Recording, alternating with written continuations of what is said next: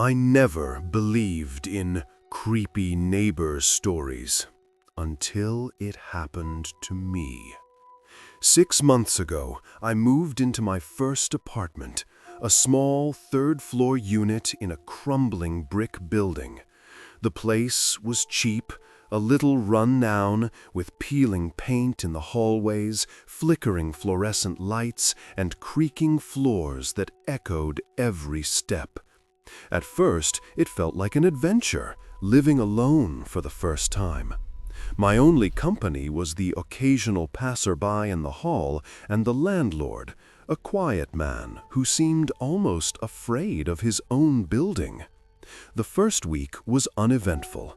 I unpacked, arranged my books, brewed tea, scrolled through my phone, and read before bed. That's when I first noticed him.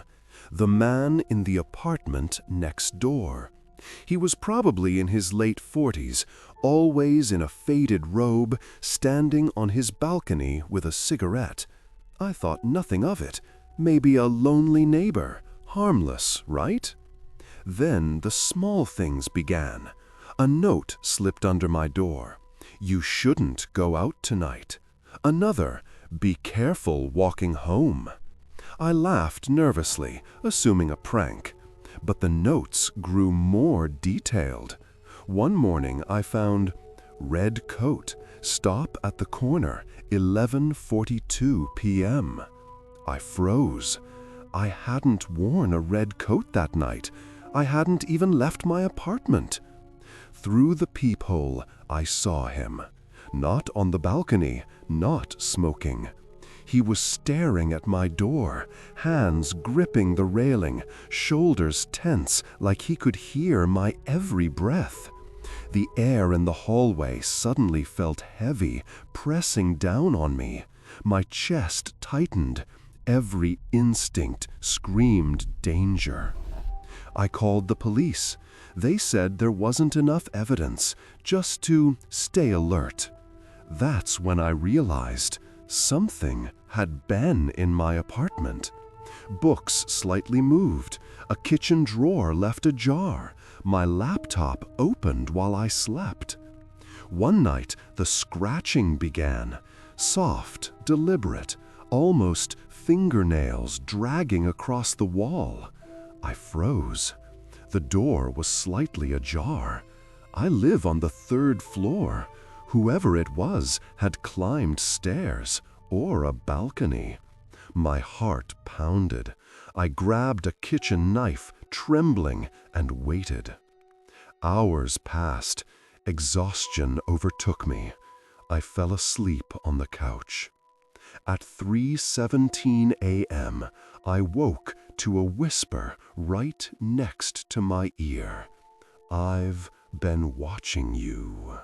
I jumped, swinging the knife, but the apartment was empty. Windows closed, door locked. Every shadow suddenly seemed alive. Every creak of the building echoed like footsteps. I couldn't breathe. I sat on the couch, clutching the knife, waiting for an eternity. The next morning, I packed frantically. I left almost everything behind. The police never found him. The notes stopped the day I left. But the experience left a permanent mark. Even now, 6 years later, I triple-check locks, sleep with lights on, jump at shadows, and startle at footsteps that aren't there. Some people say creepy neighbors are just stories on the internet. I know better. He was real. He knew where I lived. He knew my habits. And somewhere, maybe, he's still watching.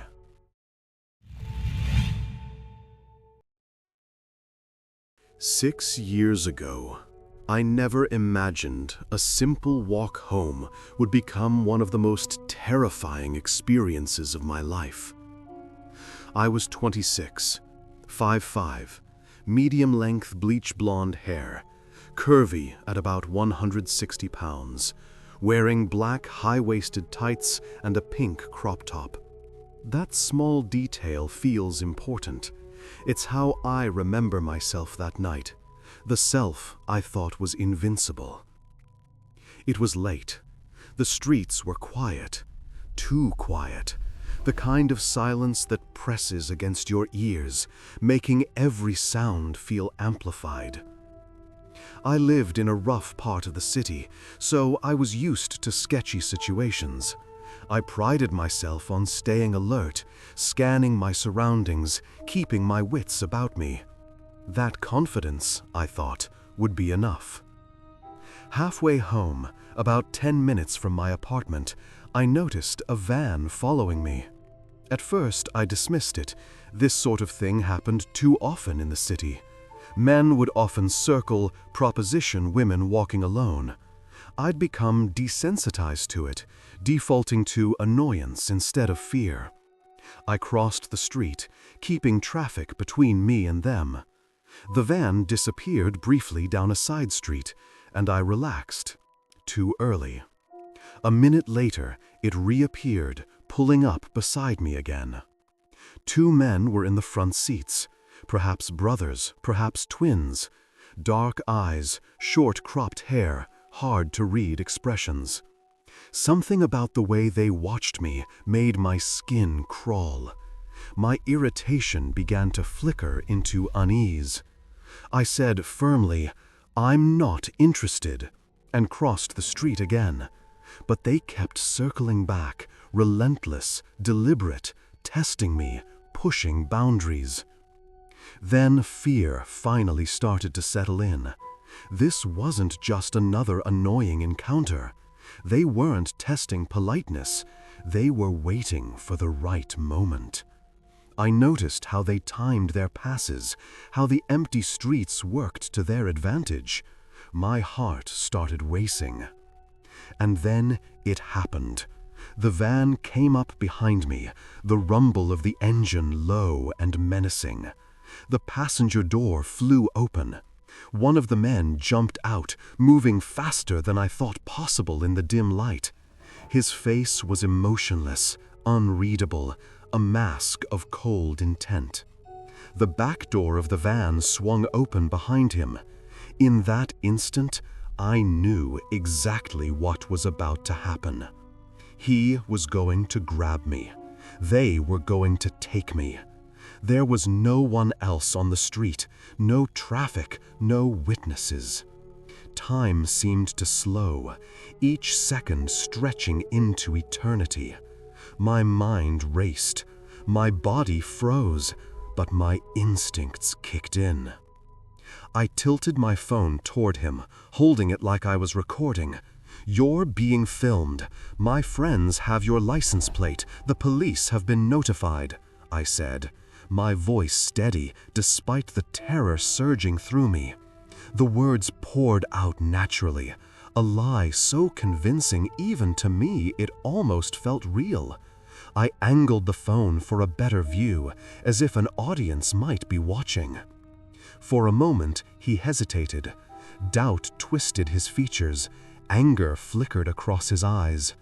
I could see him calculating, deciding whether I was bluffing. Every heartbeat felt like a drum in my chest. Then, finally, he turned and ran back to the van. The engine roared, tires screeched, and they sped off into the darkness. I stood frozen, gripping my phone, heart pounding, unable to move. Adrenaline gave way to nausea and exhaustion, bone deep and consuming. Every shadow, every sound on the short walk home felt amplified 1,000 times. That night, I lay awake for hours, replaying the encounter, haunted by the what-ifs. What if I hadn't acted? What if he called my bluff? What if I hadn't had a second to think at all?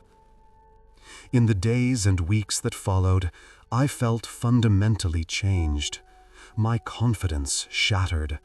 I no longer felt safe walking alone, even in daylight. I avoided streets, changed routes, constantly looking over my shoulder. Even 6 years later, the memory lingers. It didn't define me, but it changed me, teaching me that no amount of vigilance, confidence, or preparation guarantees safety. Sometimes, survival is just a matter of split-second decisions and a little bit of luck. And in the quiet moments, I still hear the low rumble of a van behind me, the echo of footsteps, and feel that flicker of fear all over again.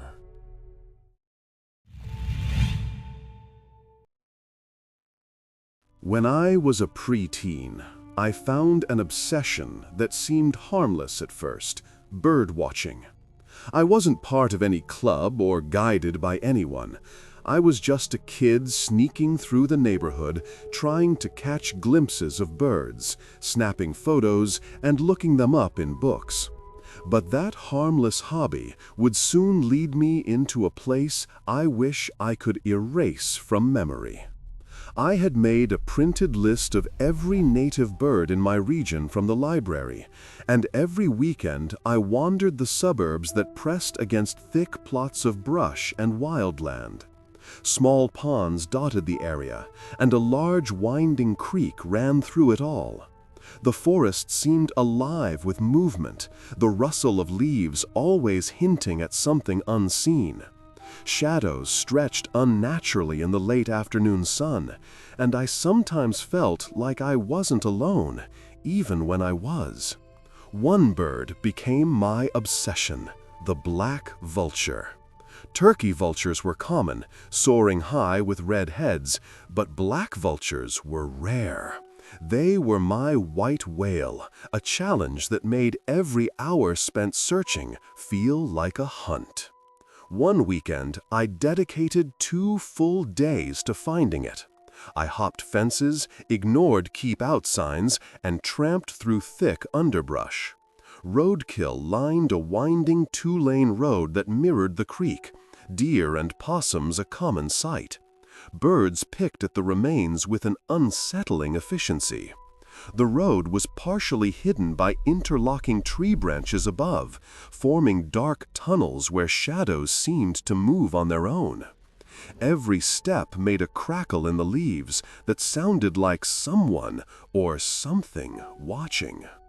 Hours passed with nothing but crows and ducks. My legs ached. The sun began to dip, and the forest transformed. Shapes twisted in the corner of my vision. The air was cooler, damp, and heavy with a coppery scent, faint at first, but growing stronger, unnatural. Finally, at the small park at the road's end, I saw it. The right size, the right shape. A black vulture, slowly descending. My heart raced. I followed it, low to the ground through thick underbrush, careful not to alert it. Eventually, it landed in a clearing, a slight hill at the end of the park. I crept closer, excitement blending with fear. Then, I saw the others. Several black vultures surrounded a naked woman's body. My stomach turned, bile rising. The scene was surreal, almost unreal. Pale, almost bluish skin, hair tangled and damp, her limbs strangely still. The birds had avoided most of her body, but the parts they had scavenged were grotesque, red and shredded. The smell was sharp, metallic, and unforgettable, unlike anything I had ever encountered in the wilderness before. I froze, unable to breathe properly, staring at the horror. My legs were rooted to the ground. Time slowed. The sun sank lower, casting long, dark shadows over the clearing, turning the vultures into ominous silhouettes. I realized with cold clarity that whoever had done this might still be nearby, watching, waiting. Slowly, carefully, I backed into the trees, refusing to turn my back, keeping my eyes fixed on the clearing. I could feel my heartbeat pounding in my ears, my breath shallow. When I felt far enough away, I ran. Through thick brush, through mud and thorned branches, my arms bleeding, boots sinking into wet soil. Halfway home, shame and terror struck me. I had even wet myself in fright. I finally made it home, locked every door, double-checked the windows, and hid in my room, trembling, too scared to call my mom or the police.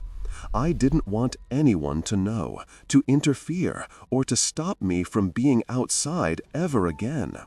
I fell asleep before my mom returned from her late shift at the diner. The next morning, I told her everything. The police came, but the body had already been found. They took my statement. Nothing else, no follow-up. And to this day, I've never found news articles about what I saw. I can't remember the exact date. For some reason, I have missing time from ages 11 to 14, a gap I've never been able to explain. Some images stay with you forever. The black vultures, perched like dark sentinels on that body. The sharp, metallic stench of decay. The unnatural silence of that forest. They live in my mind every time I close my eyes. Birdwatching ended for me that day, but the fear never fully left. Even now, decades later, I still flinch at shadows. I still feel the cold sense of being watched in quiet places, and I still remember how close I came to seeing horrors no child should ever witness.